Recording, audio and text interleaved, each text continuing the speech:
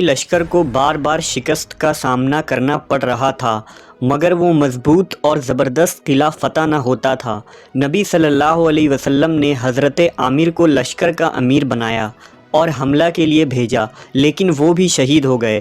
پھر حضرت عمر فاروق رضی اللہ تعالیٰ عنہ کو امیر لشکر بنایا اور قلعہ کی طرف روانہ کیا، لیکن وہ بھی ناکام لوٹے، اور سپاہیوں میں یہودیوں کے جنگجوؤں اور سپاہیوں کا خوف بیٹھ گیا۔ رسول اللہ صلی اللہ علیہ وسلم کے سر میں درد اٹھا اور آپ آرام کرنے چلے گئے۔ رات میں جب حالت بہتر ہوئی تو آپ نے پوچھا کہ دن میں کیا ہوا، لہٰذا صحابہ نے آپ کو سارا حال سنایا۔ اس پر نبی صلی اللہ علیہ وسلم نے فرمایا، کل میں علم اس کو دوں گا جو اللہ اور اس کے رسول سے محبت کرتا ہے، اور اللہ اور رسول بھی اس سے محبت کرتے ہیں۔ وہ کرار ہے اور میدان سے فرار نہ ہوگا، اس وقت تک واپس نہ آئے گا جب تک اللہ اس کے ذریعہ خیبر فتح نہ کروا دے۔ راوی کہتے ہیں کہ اس رات کسی کو نیند نہ آئی اور سب اضطراب میں تھے۔ صبح ہوتے ہی تمام لوگ نبی کے پاس آ گئے۔ سب کی یہی خواہش تھی کہ جھنڈا ان کو ملے، لیکن نبی صلی اللہ علیہ وسلم نے پوچھا کہ علی کہاں ہیں؟ کسی نے بتایا کہ علی کی آنکھ میں بہت تکلیف ہے، اس لیے وہ آرام کر رہے ہیں۔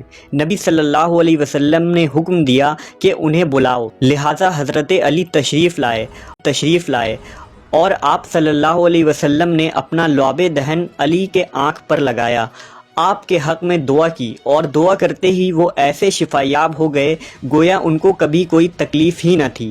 آپ صلی اللہ علیہ وسلم نے علم کو مولا علی علیہ السلام کے ہاتھ میں دیا اور نصیحت کرتے ہوئے فرمایا، اے علی، پہلے ان سے نرمی سے بات کرنا اور انہیں اسلام کی دعوت دینا۔ خدا کی قسم، اگر تمہارے ذریعہ ایک آدمی بھی ہدایت پر آ گیا تو یہ اللہ کی راہ میں ایک سرخ اونٹ صدقہ کرنے سے بھی بہتر ہے۔ اس غزوہ کو غزوہ خیبر کہتے ہیں، جو 7 ہجری کو مسلمانوں اور یہودیوں کے درمیان لڑی گئی، کیونکہ یہود نے دوسرے عرب قبائل کے ساتھ مل کر مسلمانوں کے خلاف سازش کر کے امن معاہدے کو توڑا تھا۔ خیبر یہودیوں کا مرکز تھا جو مدینہ سے 150 کلومیٹر شمال میں واقع تھا۔ اس جنگ میں 10,000 یہودیوں کا سپہ سالار مرحب نامی پہلوان تھا، جس کا مقابلہ نبی صلی اللہ علیہ وسلم صرف 1600 مسلمانوں کے ساتھ کر رہے تھے۔ ان کا قلعہ ایک اونچی پہاڑی پر بنا ہوا تھا، جس کا دفاع اور دیوار بہت ہی مضبوط تھا۔ نبی نے خیبر سے قبل ہی اس علاقے کے 5 یہودی قلعے کو فتح کر لیا تھا، لیکن خیبر کا محاصرہ کئی دنوں تک کرنے کے باوجود مسلمان اسے فتح کرنے میں ناکام ہو رہے تھے۔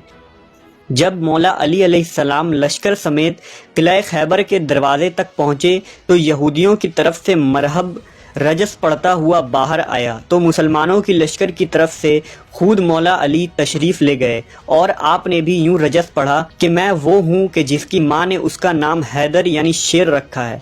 مرحب نہایت ہی قد آور اور چٹان جیسا وحشی جنگجو تھا، جس کی ہیبت سپاہیوں کے دل و دماغ میں بیٹھی ہوئی تھی، اور یہ مقابلہ نہایت ہی سخت نظر آ رہا تھا۔ لیکن شیر خدا حضرت علی نے چند ہی ضرب لگائی اور ذوالفقار کے دھاردار وار سے کچھ ہی لمحوں میں مرحب کا کام تمام کر دیا۔ پلک جھپکتے ہی لوگوں نے دیکھا کہ مرحب زمین پر گرا ہوا ہے۔ ایسی کاری وار تھی کہ وہ واصل جہنم ہو گیا، اور اسلامی لشکر نعروں سے گونج اٹھی۔ لہٰذا یہودی لشکر مسلمانوں پر ٹوٹ پڑے اور گھمسان لڑائی شروع ہو گئی، جس میں مولا کائنات علی ابن ابی طالب کی بہادری اور جرت مندانہ لڑائی اپنی مثال آپ ہے۔ کچھ ہی دیر بعد خود نبی صلی اللہ علیہ وسلم بھی اپنے ساتھیوں سمیت تشریف لے آئے۔ تب ہی جنگ اپنے عروج پر تھا۔ راوی ابو رافع نے بیان کیا کہ ایک یہودی نے قلعہ کے دروازے کے پاس حضرت علی پر وار کیا۔